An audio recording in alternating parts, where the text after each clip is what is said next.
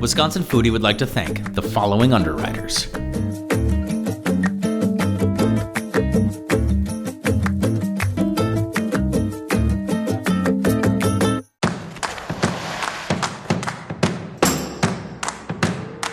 We are a collection of the finest farmers, food producers, and chefs on the planet.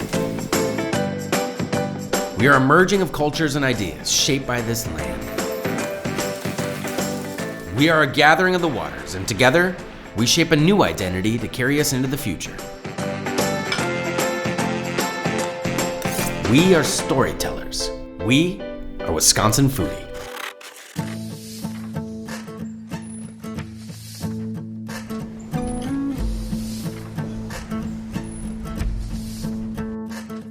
Visiting a farmer's market in the height of summer puts the full spectrum of nature on display. At the Cameron Park Farmers Market in LaCrosse, Wisconsin, we find diversity not only in the goods and services offered, but in the people as well. We're here today to meet up with Adrian Lipscombe, chef and restaurateur of the Uptown Cafe, known for its local sourcing and southern flavors. But first, let's pick up some veggies.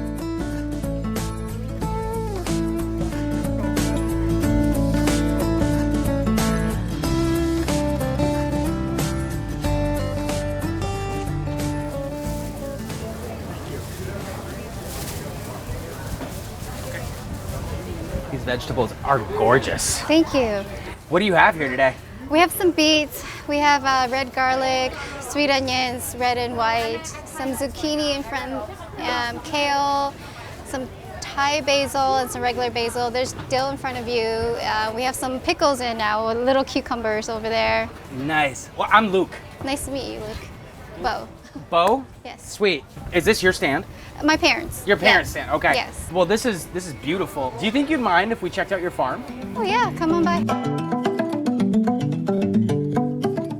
My parents come out every morning around 5 or 6 a.m. as early as they wake up. They don't have alarm clocks. They just wake up with the sun or before.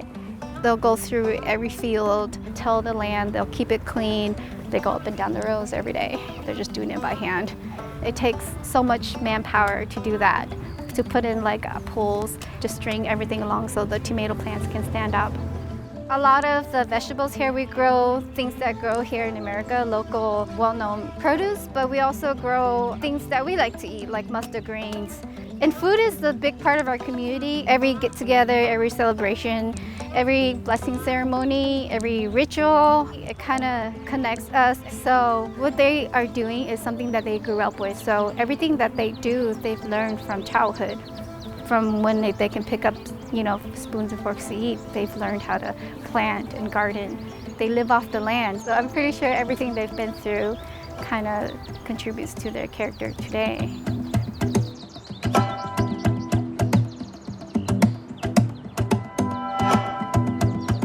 My parents are both born in Laos, in the same village. My father was in the war, in the Vietnam War, but the secret war. Things were being taken from them, men and women were being taken from villages, and land were being taken from them, and they're being controlled. And when America says, we have a better offer for you, it's hard for them to not say yes. You believe that the CIA recruited farmers, men and children who just wanted freedom. And that's kind of the reason why they're here in America. Was after the war, they were promised access to refugee or immigration here to America. And that's why they migrated to America, was for refuge. How does that make you feel? I don't know, I didn't understand it as a child, honestly. I didn't understand war. I didn't realize I was born in a refugee camp. I just remember standing there with my brother and my sister in the dirt road at outside of the village, waiting for our mom to come home as kids. And what she makes that day would either be enough for us to eat, and if she didn't, then we didn't get to eat. It was just difficult conditions. And so coming here, I didn't understand her history until I was a little bit older, and my parents would tell me the story. And honestly, I feel like there's a huge culture gap, because we kind of left everything back there, and all we have is our folklore and the clothes on our back. And so I feel like there's so much culture that's lost through the war and through migrating here. How long has your family been farming? My parents have been farming here in Wisconsin since 2005. This is a lot of work. I mean, to make food that looks this beautiful, It takes a lot of energy. Yeah. My parents are great at it. It's what they know, so. Their markets kind of give them something to look forward to. This is what they've been working on, and then they get to see their harvest and they get to see, you know, people. And it's strange, but my parents actually look forward to the markets. I don't. But people like my parents, I see their work. It's beautiful what I see out here, and I wanted people to kind of see who my parents are, what they do, and people like my uncle that's been here for like 15, 16 years. There's a cucumber. I think something, these things, you see this, the cucumber, green bean, yellow bean, you see that, but I show you something that you don't see very often. We don't grow in Wisconsin. Rice plant, never grow in Wisconsin, rice plant. Last year he had this whole area right here of rice grains, but he said this will maybe produce 20 to 30 pounds of grains. Rice is one of the most important food groups to us Hmong, but not just us Hmong, to like the Asian group population, because rice is something we eat 3 times a day. A common misconception, right? That you have to grow rice in a paddy that's flooded with water. So the Hmong people, the Hmong population do plant on dry land, but if your Laos are Thai, they plant on like wet land. That's incredible. And is your farm like really closely located to the park? Kind of. It's about 25 miles away from the city, from LaCrosse. Okay. Yep, around the border of West Salem and Bangor. It's in Bangor. That's awesome. That's gorgeous over there. Yeah. Are you, how often do you get involved in the farming operations? Every week, every market. So we do 3 markets this year. This is Cameron Park on Fridays. We do Saturdays in Viroqua. And Okay. then Sundays we're back here in Alaska. Wow. You guys are moving and shaking all the time, aren't you? Yeah, we try to. Yeah. When I was very little, my mom would make me go door to door and sell vegetables door to door because she didn't speak English. And I would ask people if they wanted to buy vegetables, and then people just start recognizing us throughout the years that, oh, there's the, you know, the veggie family again, or there's the little girl again, you know. I remember like even like so early spring, we'd be putting things in the ground. They come out super early, and like this is 4 or 5 a.m. in the morning before class. And I would go and harvest with her. She'd drop me off at school. I'd be all dirty. I'd go through class, and then she'd pick me back up, and we'll go back to the garden, and we'll finish harvesting, and we'll go home. We'll cook together, and then I'll do my homework and shower and go to bed. That was my daily life. I remember the first year I came to help them. They made me come here every day thinking like, I can do it, but I'm telling you, I cannot do what they do. Like I just don't have the endurance for it. So the last 5 years, I mean, like I've been going to school, and my parents like every day they nag me, go get a job, go get a job. You're not gonna have health care, you're not gonna have this, you're not gonna have that. You know, what are we gonna do without you if, you know, something happens? But people like my parents, older generation, rather have their kids use just their education, their knowledge to make a living and to provide for their families than to do hard labor. I mean, that's what they encourage me to do, and that's what they encourage my siblings to do, is to just be well educated, have higher education. And that's also a reason why I think farmers market for the Hmong community in here locally will get smaller and smaller, is because our generation and the young generation won't be able to keep up with it. I think if I can, I'd like to take some of this basil with me. Yeah. Because please. I can smell it from right here. Oh my gosh, that's ridiculous. And could I get some sugar snap peas as well? Sure. Great, thank you. I'll hand you my bag. Yeah. Thank you so much, Bob. Thank you. Appreciate it. Of course, we appreciate it. All right, I think I have another chef friend who's here at the market, and I'm gonna catch up with her. But thank you so much for sharing your story. Yeah, thanks for coming by. This is beautiful. Have a good day. You too.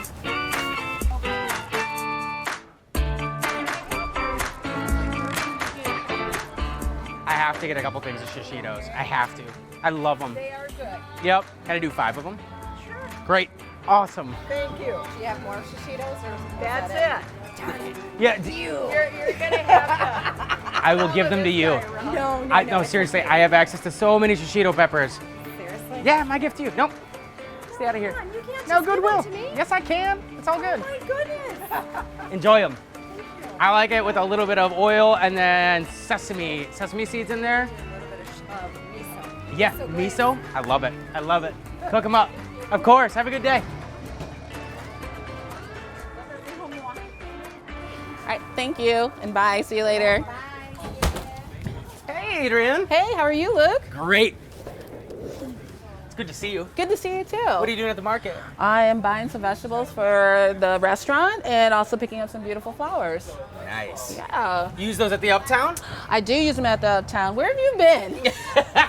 I've been all over the place. When are you going to stop by the restaurant? Well, you know, I actually have a little bit of time tomorrow morning. You think I could swing by for some breakfast? Yeah, if you want a good breakfast, you can come and swing by over on the north side. I love it. I Yeah. love it. So at the Uptown, that's like Caledonia Street? It's right off of Caledonia Street, 1200 block. Nice. Can't miss us. I'll be there. Just smell us. That's what you can look for. Just look for the smell. I'll just follow my nose. Yeah. Awesome. Sounds good. See you then. See you then. Thanks.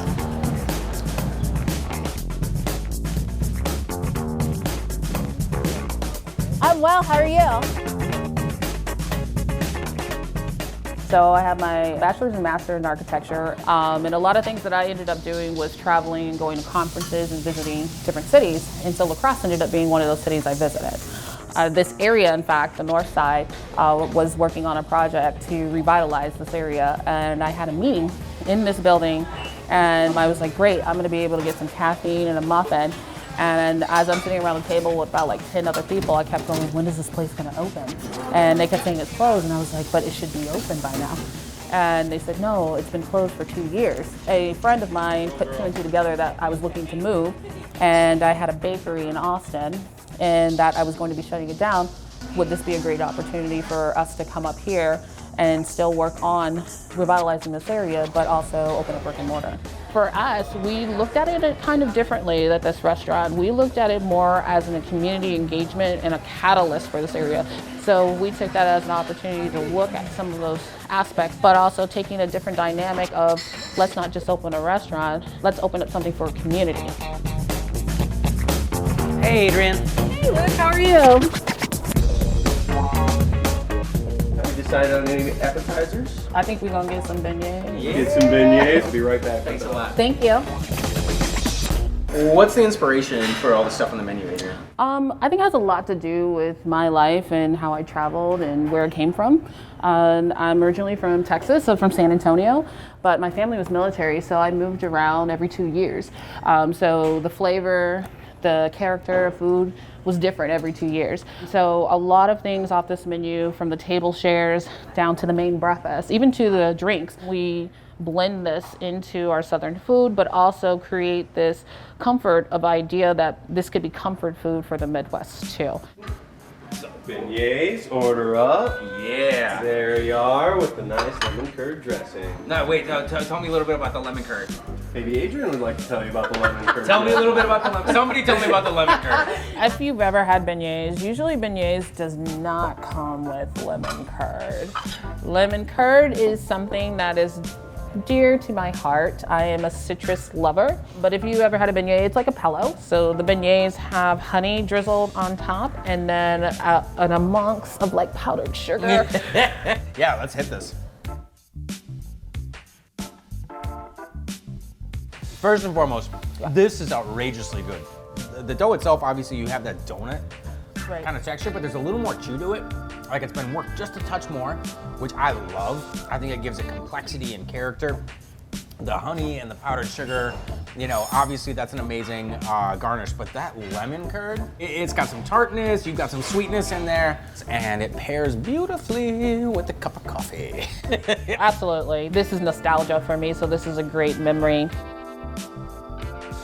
And have we decided on some food? I think so. Yeah? Yeah? You first. Well, thank you. I'm gonna get the chicken and waffle. Would you like that the Nashville hot? Would I like it any other way? I don't think so. I think I want to do the Southern Bowl. Southern Bowl? Anything else, y'all? I don't think so. Great. So Adrian, community revitalization, economic development, being a woman, being an African-American woman. Right. To me, you know, being an African-American woman, it's what I am, but I'm also, have always been in a field where it's mostly male and white dominated, architecture. I have some things that gives me a little bit more of a step up, is if you look at my name, it's spelled like a boy's name. Right. If you look at my last name, it's Jewish. So a lot of people have an assumption of me being a white male. So, and Jewish. When I first came here and opened up, I was one of the first African-American female food business owners here in LaCrosse or in this area. But you know, we hope to push entrepreneurship for female-owned and minority female-owned businesses. Yeah. To understand how I decided to bring in culture is because we need to tell our oral history. A lot of our food has come from the kitchen. If we talk about it came from within slavery, some of the food came from Africa. It's the understanding of where our food comes from, especially in the South. My family is the type of family that cooks without recipes. So they're very visual. So if you sit next to my grandma and my nana and you tell her, hey, how many tablespoons was that? She'd be like, I don't know. She would know.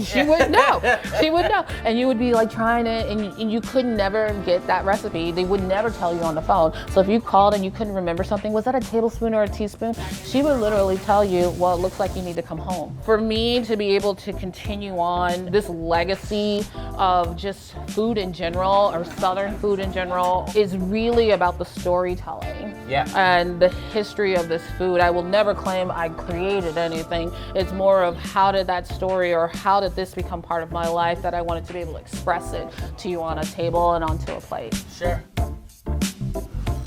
All right, food is here. Yeah. Chicken and waffle, Nashville hot with extra syrup. Nice. Southern bowl. Yeah. There you are.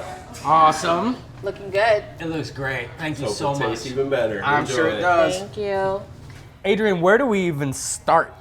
Like, that looks delicious. This is bombastic. I mean, look at this thing. It's big. It's big. Yeah. That's big. Could we try that one first? Yeah, sure. Great. So How do you eat this? that's probably our number one question that I get. People will order it and don't know how to eat it. Right. And for me, I say eat it any which way, but I say you always eat it together. So we got the Nashville hot chicken. You want to try that? Yeah, I do. Why Nashville? From what I understand, at one time, there was a woman who was very upset that her man was stepping out on her. Right. So she thought she would fix him. And so she created a very hot chicken. That was the idea? A very, very hot chicken. And unbeknownst to her, he really liked it. Yeah. For us, I think the only thing I'm really proud of is kind of bringing up the spice level here. Yeah, right. Across. And so we just try to amp it up a little bit more every time we get a chance to, so people kind of get used to it. There are nuances to it in that spice and how it beautifully melds with the maple syrup and the crispiness of the waffle. That's spicy. Yeah, I love it. I love it. There's something that is so comforting about this.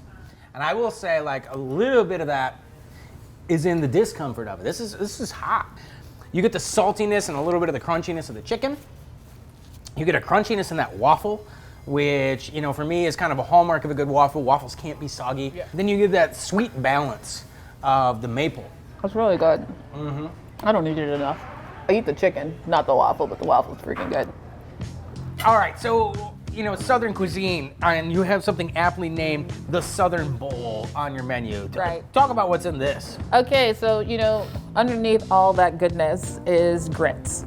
And grits is a very controversial thing. Yeah, right. Especially it's controversial up here, too. So, our grits are not sweet. Nope. And they will never be sweet. That's just adamant about that. Do not make sweet grits. Do not give me sweet grits.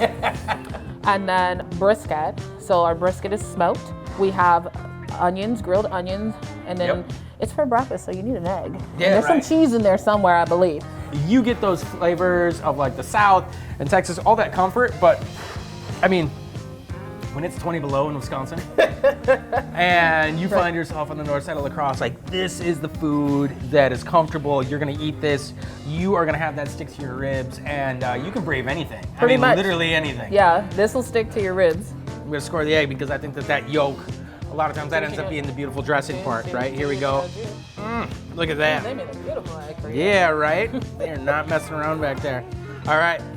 And then again, like all the flavors together. That's where the beauty shines, I would imagine.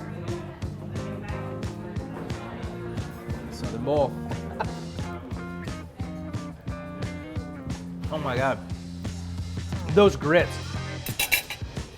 I mean, I could talk about those grits forever. Yeah. So buttery. So creamy. Butter's life. Yeah, butter is life. You gotta have butter. The egg, the cheese, the grilled onions, the smokiness of the brisket. It is luxurious, it's hearty, it's smoky, it's well-rounded.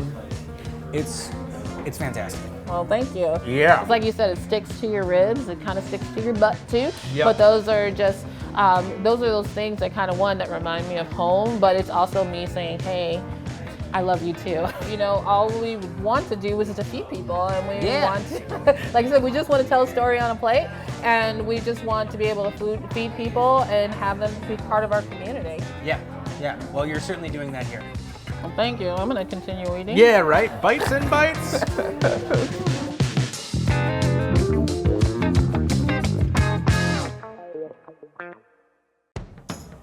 Talk to me about your biscuits. So I've probably been making biscuits since I was about 8 years old. There's different types of biscuits. You have the angel biscuits. I call these the devil's biscuits. Why? Because they will stick to you. They will keep you on the ground. You will not float up in the air with these biscuits. What's the secret? What's the secret to a good biscuit? For anyone at home. Don't overwork your biscuit. Sage-like advice, and if ever there was a t-shirt that needed to be made for the Uptown Don't overwork Cafe, your biscuit? don't overwork your biscuit. Yeah, I can see that happening. Exactly. Oh my gosh, this is so good. Wisconsin Foodie would like to thank the following underwriters. Introducing Organic Valley Ultra. Milk with more protein, half the sugar, and no toxic pesticides. Let's be honest, none of that healthy stuff really matters unless our kids will drink it.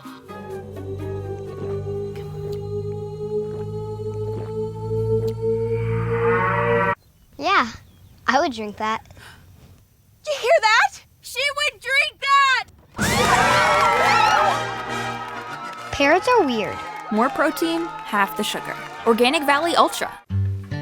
The dairy farmers of Wisconsin are proud to underwrite Wisconsin Foodie and remind you that in Wisconsin, we dream in cheese. Just look for our badge. It's on everything we make. Employee-owned New Glarus Brewing Company has been brewing and bottling beer for their friends only in Wisconsin since 1993. Just a short drive from Madison, come visit Swissconsin and see where your beer's made. Wisconsin's great outdoors has something for everyone. Come for the adventure, stay for the memories. Go wild in Wisconsin. To build your adventure, visit dnr.wi.gov. From production to processing, right down to our plates, there are over 15,000 employers in Wisconsin with career opportunities to fulfill your dreams and feed the world. Hungry for more? Shape your career with these companies and others at fabwisconsin.com. Specialty crop craft beverages use fruit grown on Wisconsin orchards and vineyards to create award-winning ciders and wines. Wisconsin's cold climate creates characteristics and complexities that make this craft beverage unique to our state. Society Insurance. Freshwater Family Farms. J. Henry & Sons Bourbon. Something special from Wisconsin. Marcus Hotels and Resorts. Central Wisconsin Craft Collective. 91.7 WMSE. Edible Milwaukee Magazine. Also, with the support of the Friends of PBS Wisconsin. For more information about upcoming Wisconsin Foodie special events and dinners, please go to wisconsinfoodie.com. Still hungry for more? Get connected on Facebook and Instagram, and also make sure to subscribe to our YouTube channel, where you'll find past episodes and special segments.